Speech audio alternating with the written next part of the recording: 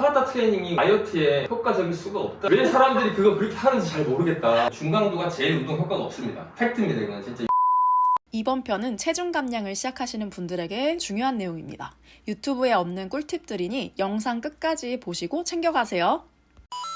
초반부터 고강도 운동을 하는 게 효율적이나요? 그런 경험들이 있으신 분들 있을 거예요. 운동을 안 하시던 분들이 갑자기 운동을 해가지고 그것도 굉장히 고강도로 운동을 하는 거예요. 운동하고 나는데 저녁에 약간 몸살 기운이 있는 것처럼 으스스하니 이렇게 아픈 신체 능력은 확연하게 떨어져 있는 상태거든요.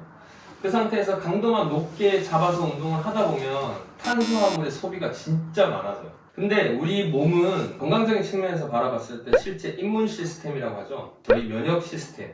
그 면역 시스템에는 그 세포를 구성하는 스트럭처의 탄수화물이 굉장히 쓰입니다, 많이. 로딩이 되지 않는 상황에서 운동을 계속하게 되면 이 임문 시스템을 받쳐줄 수 있는 탄수화물들이 부족해지는 거예요. 이 탄수화물의 저장고가 고갈이 됐을 때 다시 로딩을 해줘야 돼요. 그 로딩하는데 시간이 꽤 걸리거든요. 사람마다 물론 차이는 있어요. 차이는 있는데 그 로딩을 해주지 않은 상황에서 다음날도 또 고강도 운동을 해서 탄수화물 소비를 많이 하고 그렇게 하거든요. 그렇기 때문에 그러한 부분들을 잘 생각하셔야 돼요. 내 운동 능력은 이만큼이 아닌데 그냥 멘탈적으로 내가 그냥 이만큼 하고 싶은 거예요. 그래서 막 힘들게 해요. 토할 때까지 하는 거예요. 그렇게 하면 우리 건강에 굉장히 악영향을 미칠 수가 있습니다. 그렇기 때문에 운동을 안 하던 상태에서 운동을 시작하게 되거나 그런 분들 같은 경우는 처음부터 베이스라인을 먼저 만들어주고 난 뒤에 고강도 운동을 하시는 게 좋은데, 체중 감량 시작할 때 효율적인 운동 방법은? 체중 감량하기 위해서는 운동 볼륨이 굉장히 중요하다고 생각을 해요. 네, 운동 볼륨 안에는 우리가 흔히 이야기하는 프리퀀시 그리고 듀레이션이 들어가 있어요. 그러니까 운동을 할 때 실제 그 시간 그리고 운동을 얼마만큼 자주 하느냐 거기에 달려있다고 생각을 하거든요. 근데 체중 감량을 실제 하기 위해서는 일주일에 최소 3회 이상은 해야 됩니다. 3회 이상은 해야지. 왜냐면 운동 강도가 굉장히 낮기 때문에 칼로리 소비량 자체가 그렇게 많지는 않아요. 단면적으로 말씀을 드리면 저강도 유산소성 운동을 일주일에 5번 하는 것과 고강도 인터벌 트레이닝을 일주일에 2번 하는 것을 실질적으로 딱 놓고 봤을 때 킬로칼로리의 소비량 자체는 일주일에 5번 저강도 유산소성 운동을 1시간 이상씩 하는 게 훨씬 더 효율적이고 훨씬 더 많이 에너지 소비를 할 수가 있는 거거든요. 여기서 또 하나 말씀드리자면 중강도가 제일 운동 효과가 없습니다. 팩트입니다. 이건 진짜 수많은 연구 결과들이 벌써 이야기를 하고 있고 실제로 제일 밑을 치든지 제일 위를 치면 이 중강도 영역 때는 자연적으로 좋아져요 그냥. 근데 굳이 중강도 운동을 해서 효과도 많이 없는데 탄수화물 소비만 많이 할 필요는 없다는 거죠. 깨끗하게 운동하고. 그렇죠. 타바타 운동이 체중 감량에 도움이 안 된다고요?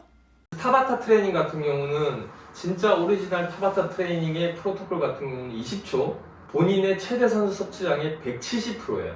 170%의 운동 강도로 20초 동안 운동을 하고 10초 동안 쉬는데 완전 패시브, 그러니까 즉 수동적으로 쉬는 거예요. 그걸 7, 8라운드를 했을 경우에 VO2 max라든지 최대 유산소성 운동 능력의 지표가 좋아진다든지 아니면 최대 무산소성 운동 능력의 지표가 좋아진다는 연구가 제일 처음에 그 일본에 계시는 이츠미 타바타 교수님이 연구를 하셨는데 실제 그 이츠미 타바타 교수님이 학회에 와서 발표를 하실 때도 그런 말을 하셨어요. 타바타 트레이닝이 운동 볼륨이 워낙 작아서 다이어트에 효과적일 수가 없다고 자기는 이야기를 하고 다니는데 왜 사람들이 그거 그렇게 하는지 잘 모르겠다 그렇게 말씀을 하시거든요. 저는 그걸 직접 들었어요. 학회에서.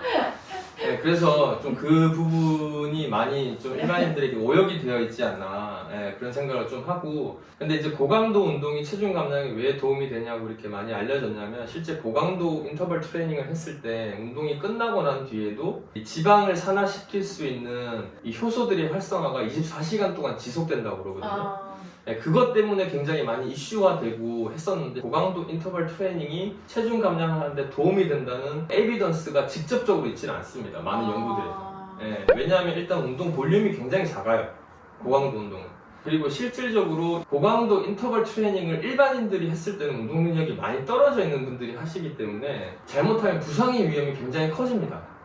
부상의 위험도 커지고 심리적으로 굉장히 부정적인 영향을 미칠 수도 있고요. 어떤 식으로? 예를 들어서 이런 거예요. 제일 많이 하는 실수가 뭐냐면 고강도 운동하면 엄청 힘들잖아요.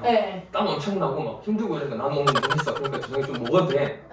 그래서 먹는데 그 먹는 양이 소비량보다 더 많은 거예요. 그렇죠. 그렇기 때문에 살을 못 빼죠. 그렇게 되면. 악순환. 악순환이죠. 식단 제한 없이 체중 감량? 또 여기서 보면 저강도 유산소 운동이 굉장히 좋은 점이 식단을 제한을 하지 않아도 뺄 수가 있습니다. 마법 같은 거라고 생각이 들 수도 있을 것 같은데 저는 그게 제일 흥미로웠어요. 근데 예를 들어서 체중을 빼러 고강도 운동 엄청 해요. 하면 단기간에 칼로리 소비량은 많아지고 체중 감량을 할 수 있을 거예요. 식단 조절까지 같이 해서. 그러면 막 일주일에 막 2, 3kg씩 빠지고 그러거든요. 네. 근데 그거는 거의 99.9%가 요요가 옵니다.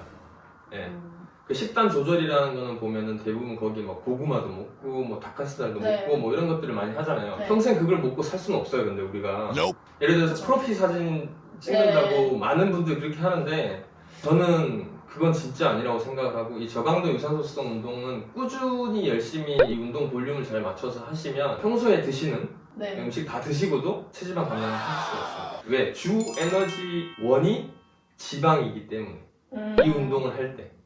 예. 장기간으로 봤을 때를 그러니까 말씀을 하시는 거죠 지금. 그렇죠. 얘기하시는 게. 그래서 굉장히 멘탈이 좀 중요한 운동이에요. 좀 지그시 오랫동안 할 수 있는 심리적인 부분들도 많이 필요하고 그렇지 않을 경우에는 체중 감량을 하시는데 실패할 수 있습니다. 다음 편 꿀팁도 놓치지 마세요. 오늘의 포인트입니다. 저강도 유산소성 운동을 통해서 지방을 잘 태울 수 있는 몸으로 만든 뒤에 고강도 운동을 해주시면 훨씬 더 효율적으로 지방을 뺄 수 있습니다.